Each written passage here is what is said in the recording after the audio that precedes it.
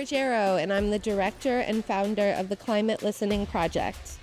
I have been an environmentalist for 25 years since I went to the University of West Florida and I started working at the zoo and taking animals on TV. And then probably about 15 years ago, I started to go behind the camera. I started the Climate Listening Project because I wanted to show the real stories, the real people impacted by climate change, and the real solutions that these folks were creating, and create a free, shareable, online, accessible, impactful way to share climate stories.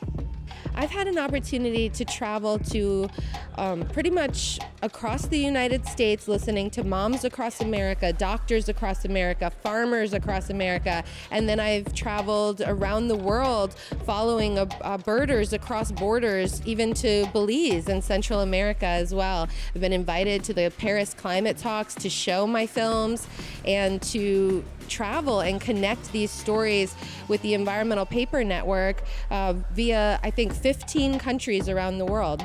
My work is grounded in listening. My work is grounded in the love that happens through allowing each other to be our whole selves. And so my work is so much more about the listening, about the caring for each other through truth-telling that happens, and as much as it is the end product of creating the films and the short videos that we create. And so I generally will hire only one other person to come with me that does the camera, the sound, the lighting, just about every other aspect of filming besides directing, besides producing and listening, which is what I focus on. But having this small crew allows me to be really intimate and to go into spaces like small doctors' offices and to go into spaces where, in communities, in fence line polluted communities, where they feel safe bringing us in and knowing who we are and that we're there just to listen. Through the Climate Listening Project and through my work as a listener, it really is about coming together to create hopeful solutions around climate and community. And so I'm following the things that connect us, the things we need, the things we love, the children that the parents are all in this community connected to protect, the farmers that are all connected by their love for the land, by their love of growing food, these faith leaders that are all connected by their care for creation. And so I have an opportunity to listen to Republican congressmen, to listen to priests or, ranchers, birders that are, big in the corporate world and, people that you wouldn't expect. But it's really because there is always a reason that folks are connected to this place. We are part of our planet. We very much are connected to this place, and we love this place. And so the Gulf Coast has been, probably more than ever before, has been a story focused on place. Most of my stories are connected by the children that parents love, the faith that people believe in. And this story, the Gulf Coast story, is so much about a place that we all care about. We want to protect the beaches and the bayous of the Gulf Coast. We want to protect the waters, whether it's because of the crab, the shrimp, the water sports, the tourism.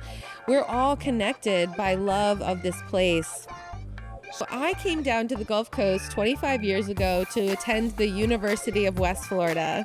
And so for many years, I would work from Perdido, Pensacola, all the way over to Port St. Joe and Apalachicola, sharing stories of nature, of connection to conservation, and to this beautiful place that we call home. There is no other place in the world that is as special as Northwest Florida to me in my heart. The coastal dune lakes are only a few places in the world. Such a rare phenomenon has happened. And I feel a special energy there. And I'm so grateful to have found this place. And also the ideas that all sort of started for me at the University of West Florida, where the former chair of the Public Relations Department, Eileen Perigo, had given me this painting of all of these animals on the last day of school before I graduated. And she said to me, I believe in you and this passion that you have for this work that you do, and please don't stop. And there was a time in my life where I wasn't sure what I was supposed to do, who I was going to be. And I remember calling her and saying, I think I'm going to switch careers. I think I'm going to do something else. And she said, no. And so I'm still here.